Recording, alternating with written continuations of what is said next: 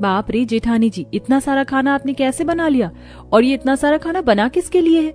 आपने मुझसे कोई मदद भी नहीं ली। अरे वैष्णवी, तुम अभी नई हो, तुमसे इतना सब कुछ थोड़ी ना हो पाता। और ये सब कुछ तो मैं सुबह 5 बजे से उठकर ही बना रही हूँ। हमारे घर में रोज सुबह शाम 56 भोग बनता है। क्या? बाप रे, 56 भोग, वो भी हर दिन? लेकिन क्यों? इसे बनाना तो बहुत मुश्किल होता होगा, आपने कैसे बना लिया?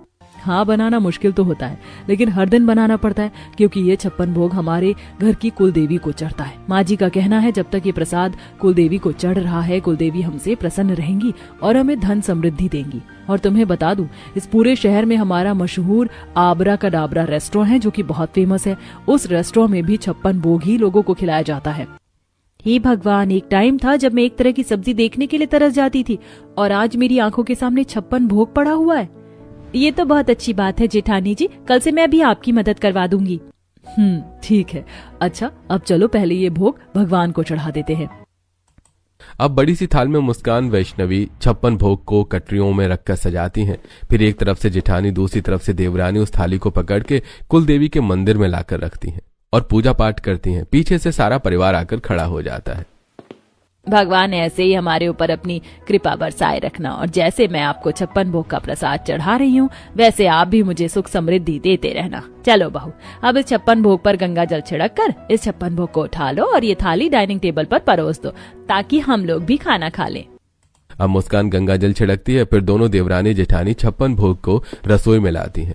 फिर अलग अलग थाली में सभी परिवार के लिए 56 भोग डाइनिंग टेबल पर परोसती हैं। सभी लोग खाना खाना शुरू करते हैं। वहीं वैष्णवी पहली बार 56 भोग खाकर कहती है, जेठानी जी, आपने ये 56 भोग तो बहुत बहुत स्वादिष्ट बनाया है। आज से पहले मैंने इतना सारा खाना एक साथ कभी नहीं खाया। क्यों भाभी, ऐसा क्यों? इनमें से कुछ तो खाया होगा आपने। नहीं काजल, मेरे माता पिता बहुत गरीब हैं। मैं छोटी सी नौकरी करके अपने माता पिता का पेट भर रही थी, और मैं अपनी कमाई से सिर्फ आलू की और सस्ते चावल ही खरीद कर खा पाती थी। कोई बात नहीं देवरानी जी, यहाँ आपको हर दिन अच्छा खाना खाने को मिलेगा। हाँ बहू, तुम्हारे मायके में तुमने जितना भी संघर्ष किया खाने को लेकर, उन्हें भूल जाओ, क्योंकि तुम्हारे ससुराल वाले सुबह शाम 56 भोग बनवा कर ही खाते हैं। हाँ, सही कहा तुम्हारे ससुर जी ने। वैसे तुमने अपनी जेठानी को तो देख लिया ना कि उसने किस तरह ये 56 भोग बनाया है, क्योंकि अब तुम्हें भी ये 56 भोग बनाना सीखना होगा। हाँ माँ जी, बिल्कुल, मैं जल्दी ही सीख जाऊंगी ये 56 भोग बनाना। ठीक है जी, फिर ठीक तो है। रात को 56 भोग तुम अपने हाथों से ही तैयार करना। शाम का 56 भोग मैं अपने हाथों से ही बनाऊंगी।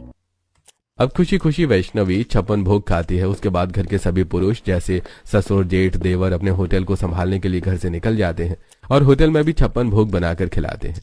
वहीं अब सबके खाना खा लेने के बाद मुस्कान और वैष्णवी जाकर रसोई में ढेर सारे झूठे बर्तनों को धोती है।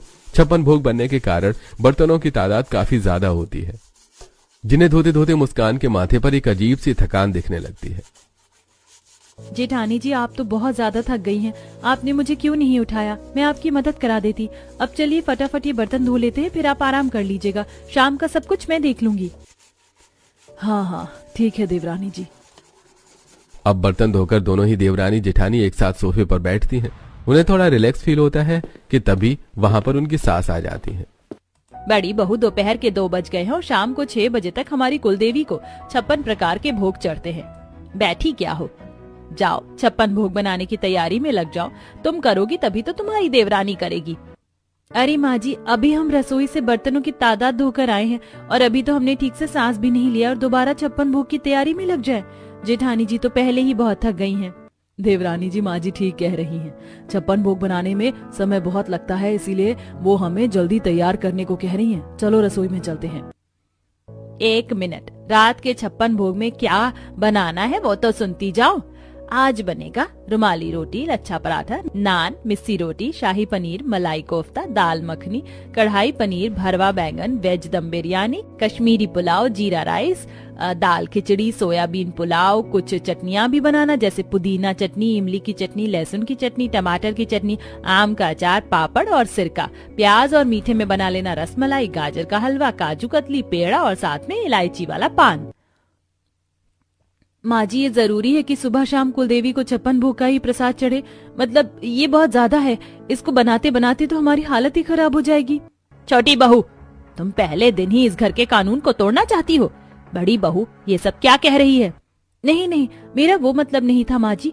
अच्छा ठीक है, हम लोग अब जाकर रसोई में तैयारी करते हैं। चलिए जेठानी जी। दोनों देवरानी जेठानी रसोई में आती हैं। देवरानी जी, 56 भोग बनाने के लिए तो कई ऐसे सामान हैं जो रसोई में है ही नहीं, हमें उन्हें जाकर बाजार से लाना होगा।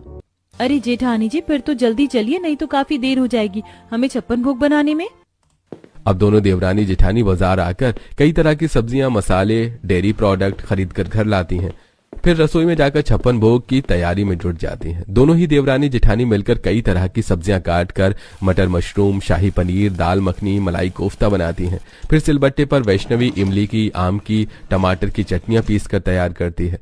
दूसरी तरफ मुस्कान वेज पुलाव, कश्मीरी पुलाव, दम पुलाव, मटर पुलाव, जीरा राइस बनाकर तैयार कर लेती है। लास्ट में दोनों मिलकर मीठे पकवान बनाती हैं, जैसे गाजर का हलवा, रसमलाई, रसगुल्ला, पेड़े, काजू कतली, इलायची, पान। ये सब देखते देखते 56 प्रकार के भोग बनकर तैयार हो जाते हैं। देवरानी जी, कुल मिलाकर ये 56 भोग बनकर तैयार हो ही गया। चलिए अब कुलदेवी को भोग लगा देते हैं। अब दोनों ही देवरानी जेठानी 56 भोग को कटोरों में सजाकर थाल में रखकर कुलदेवी के पास लेकर आती हैं। सारा परिवार पूजा करता है। 56 भोग में से बहुत अच्छी खुशबू आ रही है। बड़ी भाभी, छोटी भाभी, थैंक यू काजल। चलो पूजा पाठ हो गया, अब तुम्हारे ससुर, जेठ, देवर आ जाए तो फिर हम सब मिलकर ये 56 भोग खा लेंगे। दूसरी तरफ प्रिंस साहिल, रघुवीर अपना आबरा का डाबरा रेस्टोरेंट चलाते हुए कस्टमर को 56 भोग बनाकर खिला रहे होते हैं। ग्राहक उनके हाथ के बने पकवान को खाकर बेहद खुश होते हैं। अरे भाई साहब, जब तक आपके यहाँ आकर ये 56 भोग नहीं खाता हूँ तब तक मन को संतुष्टि नहीं मिलती है। अरे जी, हमारी तो पूरी यही कोशिश रहती है कि हमारा हर एक ग्राहक खुश होकर जाए। दूसरी तरफ साहिल कुछ गरीब औरतों को खाना खिला रहा होता है। माँ जी, आप निश्चिंत होकर खाना खाइए, पैसों की चिंता मत कीजिए। बेटा, तुम्हारा ये आबरा का डाबरा रेस्टोरेंट ऐसे ही फलता फूलता रहे। गीता का पति रघुवीर अपने आबरा का डाबरा रेस्टोरेंट में ग्राहकों के साथ लाचार लोगों को भी खाना खिलाता था। आसपास के लोग इस रेस्टोरेंट से बहुत खुश थे। अब शाम को रघुवीर अपने दोनों बेटों के साथ रेस्टोरेंट बंद करके घर आता है। वाह भाई गीता, क्या बताऊं, रेस्टोरेंट तो दिन पर दिन तरक्की करता जा रहा है। ग्राहक इतने खुश होते हैं कि पूछो मत। सच में दिन पर दिन कमाई दुगनी बढ़ती जा रही है माँ। ये सब तो होगा ही, आखिर मैं अपनी कुलदेवी को 56 भोग जो चढ़ाती हूँ बनाकर। क्या भगवान भी किसी की मदद करने से पहले उससे रिश्वत लेते हैं? नहीं, ऐसा तो नहीं होता। अच्छा चलिए, आप लोग खाना खा लीजिए। अब सभी परिवार डाइनिंग टेबल पर बैठकर 56 भोग को खाकर आनंद लेते हैं। इसी तरह 2 से 3 हफ्ते गुजरते हैं और एक दिन दोनों देवरानी जेठानी घर के बाहर डस्टबिन में ढेर सारे खाने को फेंक रही होती हैं। ये देखकर पड़ोस की औरतें, हे भगवान, ये गीता के घर में भी अलग ही प्रचलन है 56 भोग बनाने का। अरे पेट में 56 भोग अटाने की जगह नहीं है तो बनाने की क्या जरूरत है? अरे तुम्हें नहीं पता, ये गीता अपनी कुलदेवी को 56 भोग बनाकर खिलाती है, वो भी रोज। अब रोज 56 भोग बनेगा तो आधा खाना पेट में और आधा तो नाली में ही जाएगा। इससे तो अच्छा होता गीता ये खाना गरीबों में दान करती। जेठानी जी, ये सभी लोग हमारे घर के बारे में बातें कर रहे हैं। हाँ देवरानी जी, मैं जानती हूँ, इनका कहना ठीक है, पर माँ जी को कौन समझाए कि भगवान कर्म से प्रसन्न होते हैं, भोग से नहीं। अब इसी तरह लगातार 56 भोग सुबह शाम बनाते बनाते दोनों देवरानी जेठानी की हालत खराब हो रही होती है। वहीं गीता अपनी बहू की तकलीफों को समझती नहीं है, बल्कि वो तो और ज्यादा डिमांड करती है उन्हें तरह तरह के खाना बनाने के लिए। तभी एक रोज अचानक वैष्णवी को तेज तेज उल्टियां होने लगती हैं। अरे भाभी, आपकी तबीयत ठीक तो है ना? नहीं काजल, सुबह से ही उल्टियां आ रही हैं और 2-3 दिन से कुछ खाने का मन नहीं कर रहा है। देवरानी जी, आपको एक बार अपनी प्रेगनेंसी चेक करनी चाहिए। अब वैष्णवी अपनी प्रेगनेंसी चेक करती है, जिसमें उसे पता चलता है कि वो प्रेग्नेंट है। घरवाले ये सुनकर बहुत खुश होते हैं, लेकिन अब प्रेगनेंसी के दौरान वैष्णवी रसोई को ठीक तरीके से नहीं संभाल पाती। वो जब भी रसोई में काम करने के लिए जाती है, उसे रसोई में खानों की खुशबू से उल्टी आने लगती है। अरे देवरानी जी, तुम ठीक तो हो ना? तुम्हें आराम की जरूरत है, तुम यहाँ क्यों आई हो? जाओ रहने दो, ये 56 भोग मैं अकेले ही बना लूंगी। पर आप अकेले इतना कैसे करोगी जेठानी जी? मैं कर लूंगी देवरानी जी, आप प्रेग्नेंट हैं, आप आराम कीजिए। मुस्कान इतना कहती है कि तभी वहां पर उसकी सास आ जाती है। छोटी बहू, तुम तो गर्भवती हो ना? तुम यहाँ क्या कर रही हो? तुम्हारी तबीयत ठीक है? नहीं माँ जी, मेरी तबीयत बिल्कुल ठीक नहीं है। पर माँ जी, जेठानी जी भी अकेले 56 भोग नहीं बना पा रही हैं। माँ जी, हम इस 56 भोग की क्वांटिटी को थोड़ा कम नहीं कर सकते हैं क्या? हरगिज नहीं, 56 भोग तो 56 भोग ही चढ़ेगा मेरी कुलदेवी को। पर माँ जी, नित्य दिन 56 भोग बनाना कोई मामूली बात नहीं है।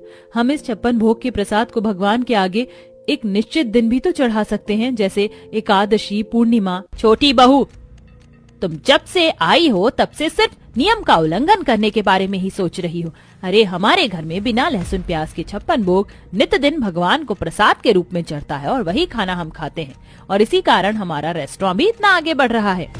माँ जी, भगवान कर्म का फल देखते हैं, भोग का नहीं। भगवान तो सिंपल तुलसी के पत्ते से भी खुश हो जाते हैं। देवरानी जी, आप शांत हो जाइए, माँ जी को गुस्सा आ रहा है, मैं कर लूंगी सब। अब वैष्णवी चुप हो जाती है और वहां से चली जाती है। अब फटाफट मुस्कान अकेले सारा खाना बनाती है। 4 से 5 घंटे बाद कई तरह की सब्जियां, कई तरह की मिठाई, कई तरह की रोटियां, चावल, चटनी बनकर तैयार हो जाता है और फिर उन सभी 56 भोग को लाकर मुस्कान कुलदेवी को चढ़ाती है। फिर सारा परिवार वही 56 भोग खाता है। अब बर्तन धोते हुए वैष्णवी, जेठानी जी, इस 56 भोग को बनाते बनाते कितनी हालत खराब हो जाती है ना। सच कहूँ तो अब मुझे इस 56 भोग का टेस्ट भी साधारण ही लगता है। ऐसा मानो घर की मुर्गी दाल बराबर हो गई है। मुझे तो अब अपने पुराने आलू चावल की याद आ रही है, जिसमें हल्के मसाले होते थे, सिंपल चावल होता था। हाँ देवरानी जी, अब तो मैं भी चाहती हूँ कि घर में कभी सिंपल खाना बने, लेकिन ये 56 भोग बनाते बनाते शरीर इतना थक जाता है कि कोई दूसरा खाना बनाने की हिम्मत ही नहीं होती, और जबरदस्ती ये 56 भोग खाना पड़ता है। अब अगले दिन मुस्कान सुबह सुबह 56 भोग बना रही होती है। वैष्णवी भी हल्का फुल्का मदद अपनी जेठानी की कर रही होती है। तभी पीछे से गीता आकर, बहू, 56 भोग की वैरायटी ना चेंज कर देना। कई दिनों से एक सा खाना बन रहा है और थोड़ा जल्दी बनाना, समय निकलता जा रहा है। हाँ माँ जी, ठीक है, मैं बस अभी बनाकर लेकर आती हूँ। सास के जाते ही मुस्कान जल्दी से जल्दी काम करने लगती है। जेठानी जी, आराम से कीजिए। वैष्णवी अपनी जेठानी को समझाती है, लेकिन मुस्कान फिर भी जल्दी जल्दी खाना बनाने की कोशिश करती है, जिससे मुस्कान का हाथ कढ़ाई पर लगता है और उसमें खौलता गर्म तेल उसके हाथों पर गिर जाता है। मेरा हाथ। जेठानी जी, आप ठीक तो है ना? आपका तो पूरा हाथ जल गया। मैंने आपको कहा था ना, जल्दबाजी मत कीजिए। अब वैष्णवी अपनी जेठानी को बाहर लेकर आती है और उसके हाथों में मलहम लगाती है। माँ जी, जेठानी जी का तो दोनों हाथ जल गया है। अब 56 भोग आपको ही बनाना होगा। मैं भी ज्यादा आपकी मदद नहीं कर सकती, क्योंकि मुझे खाने से स्मेल आ रही है प्रेगनेंसी के दौरान। मैं बस बाहर से खड़ी होकर आपको बता सकती हूँ कि कैसे क्या करना है। मैं भी बता दूंगी माँ जी आपको। अरे अगर सब तकलीफ में है तो जरूरी थोड़े है कि 56 भोग ही बनेगा। अरे कुछ साधारण ही बना लो। नहीं नहीं, मेरी कुलदेवी नाराज हो गई तो बहू चलो 5 मिनट में 56 भोग बनाती हूँ। अब गीता रसोई में आती है। दोनों देवरानी जेठानी रसोई में खड़ी होकर अपनी सास को डायरेक्शन देती हैं 56 भोग बनाने का। माँ जी, फ्रिज में मशरूम, मटर, शिमला मिर्च, बैंगन, गाजर, मूली, साग, धनिया, टमाटर सब निकाल लीजिए और सबको बारीक काट लीजिए। अब गीता फटाफट सब्जी काटती है। माँ जी, सब्जी जल्दी काटिए। इसके बाद आपको मसाला भी पीसना है, फिर आटा भी गूंथना है, फिर मिठाई भी बनानी है। अरे कर रही हूँ, थोड़ा सब्र करो। माँ जी, आप ही तो कहती हो मुहूर्त निकलने से पहले सब कुछ करना है, इसीलिए तो मैं बस आपको बता रही हूँ। अब गीता सब्जियां काटने के बाद सिलबट्टे पर मसाला पीसती है। अब जल्दबाजी के चक्कर में मसालों के कुछ छींटे गीता की आंखों में चले जाते हैं। मेरी आंखें। अरे माँ जी, आराम से कीजिए ना, आप ठीक है ना? अब पानी से आंखें धोकर गीता सब्जियों को कढ़ाई में बनाना शुरू करती है, लेकिन जल्दबाजी के चक्कर में कभी उसका हाथ कढ़ाई में सड़ जाता है तो कभी गरम गरम सब्जी उसके ऊपर गिर जाती है। आए भगवान, बहू तुम दोनों रोज 56 भोग कैसे बनाती हो? मेरी एक दिन में हालत खराब हो गई। ना जाने कितने जख्म और कितने चोट मेरे हाथों में आ गए हैं। माँ जी, ये सब हमारे साथ भी होता है। हाँ माँ जी, पर हम किसी से कुछ नहीं कहते। अच्छा ठीक है। अब गीता परेशान होकर 56 भोग बनाकर कुलदेवी को चढ़ाती है, लेकिन अब रात तक गीता बहुत थक जाती है। माँ जी, आपकी तबीयत कुछ ठीक नहीं लग रही है। आज 56 भोग की जगह कुछ साधारण प्रसाद चढ़ा दे माता रानी को, वही हम भी खा लेंगे। नहीं बहू, हमारी कुलदेवी नाराज हो गई तो? माँ जी, ऐसा नहीं होता, ये बस एक अंधविश्वास है। हाँ माँ जी, भगवान भोग नहीं कर्म देखते हैं। अब अंधविश्वास के चक्कर में गीता बीमार हालत में भी उठकर 56 भोग बनाती है और भगवान को चढ़ाती है, लेकिन फिर 2 से 3 दिन के अंदर गीता की तबीयत बहुत खराब हो जाती है। माँ जी, आपके हाथों के जख्म अभी हरे हैं, आपकी तबीयत भी ठीक नहीं है। मेरे हाथ के जख्म भी अब तक ठीक नहीं हुए हैं। देवरानी जी भी प्रेग्नेंट है। आज कुछ साधारण ही भगवान को चढ़ा दें। बहू, माँ रुष्ट हो गई तो? माँ जी बस बहुत हो गया। भगवान कभी नहीं कहता कि अपने प्राण त्याग के मुझे खुश करो। आज मैं उन्हें साधारण तुलसी पत्ता ही चढ़ाऊंगी। अब वैष्णवी कुलदेवी को तुलसी का पत्ता चढ़ाती है। इसके बाद रात को घर के पुरुष घर आ जाते हैं और उनके चेहरे पर एक अलग चमक होती है। गीता खुश हो जाओ, हमारा आबरा का डाबरा रेस्टोरेंट में बाहर की कंट्री में ऑफर आया है। इस ऑफर में हमें बाहर के शेफ को 56 भोग बनाना सिखाना होगा और वो हमें लाखों रुपए देंगे इस चीज के। सच में आज तो हमारी किस्मत ही चमक गई। अरे पर ये अपॉर्चुनिटी आपको आज कैसे मिल सकती है? क्या बक रही हो बहू? मैं कहाँ कुछ बक रही हूँ माँ जी, आप ही तो कहती हैं जब तक 56 भोग कुलदेवी को चढ़ रहा है तब तक कुलदेवी प्रसन्न है। लेकिन आज तो मैंने कुलदेवी को कोई 56 भोग नहीं चढ़ाया, बल्कि आज तो मैंने उन्हें सिंपल तुलसी का पत्ता चढ़ाया है। तो आज ये अपॉर्चुनिटी कैसे मिल सकती है? आज तो कुलदेवी हमारी रुष्ट हो गई होंगी, जैसा कि आप कहती हो। वैष्णवी की सास कुछ समय के लिए सन्नाटे में चली जाती है। तब बड़ी बहू कहती है, माँ जी अब तो आपको एहसास हो गया ना कि भगवान भोग के नहीं कर्म के भूखे हैं, और हमारे घर के सभी पुरुषों के कर्म काफी अच्छे हैं। वो लाचार लोगों को खाना खिलाते हैं, ईमानदारी से मेहनत करते हैं, जिसका फल कुलदेवी उन्हें दे रही है। आपका 56 भोग एक अंधविश्वास है। इस 56 भोग को तो आपको अनाथ आश्रम में बंटवाना चाहिए। देखो बहू, इस विषय में मैंने कभी कुछ नहीं कहा, लेकिन आज तुम लोगों की बातें मुझे भी सही लग रही हैं। और जब माँ सिंपल तुलसी के पत्ते से प्रसन्न हो सकती हैं, तो किसी भी चीज से प्रसन्न हो सकती हैं। अब गीता को भी एहसास होता है कि उसका ये 56 भोग का प्रचलन एक अंधविश्वास है। आप लोग ठीक कह रहे हैं, मैं ही पुराने ख्यालात और अंधविश्वास के चक्कर में बहू से इतना इतना खाना बनवाती रही, जो आधा तो भगवान को चढ़ता था और आधा कूड़े में जाता था। बहू मुझे माफ कर दो, मैं समझ गई हूँ कि भगवान को अपनी खुशी से हम जो भी चढ़ाते हैं भगवान उसे ही स्वीकार कर लेते हैं। आज माँ ने पहली बार सही बात की है, और ये सब हमारी दोनों भाभी की वजह से हुआ है। अब गीता को अपनी गलती का एहसास होता है, जिसके बाद गीता इस प्रचलन को हमेशा हमेशा के लिए खत्म कर देती है, जिससे दोनों बहू को राहत मिलती है। वो अपने पसंद की चीज बनाकर खा पाती हैं। इसी के साथ साथ अब 56 भोग हमेशा गीता एकादशी या पूर्णिमा के दिन बनवाती है घर में, और वो खाना भी अनाथ आश्रम में बंटवा देती है।